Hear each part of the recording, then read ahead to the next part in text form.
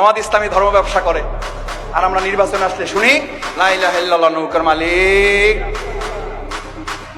এ পর্যন্ত শেষ। ধানের শীষে বিসমিল্লাহ। যারা আচারি কিংবা ফাজারি বলেন, আপনাদেরকে লাঞ্ছনা এবং অপমানের শেষ ঠিকানায় পৌঁছে দিতে ওই আল্লাহর সময় দরকার হবে না। যেন আসার নাকি মাসার একজন আসে, আগে ওরা খাইছে এখন এরা খেতে চায় না, কি বলছো না? নামকে বিকৃত করা থেকে বিরত থাকুন।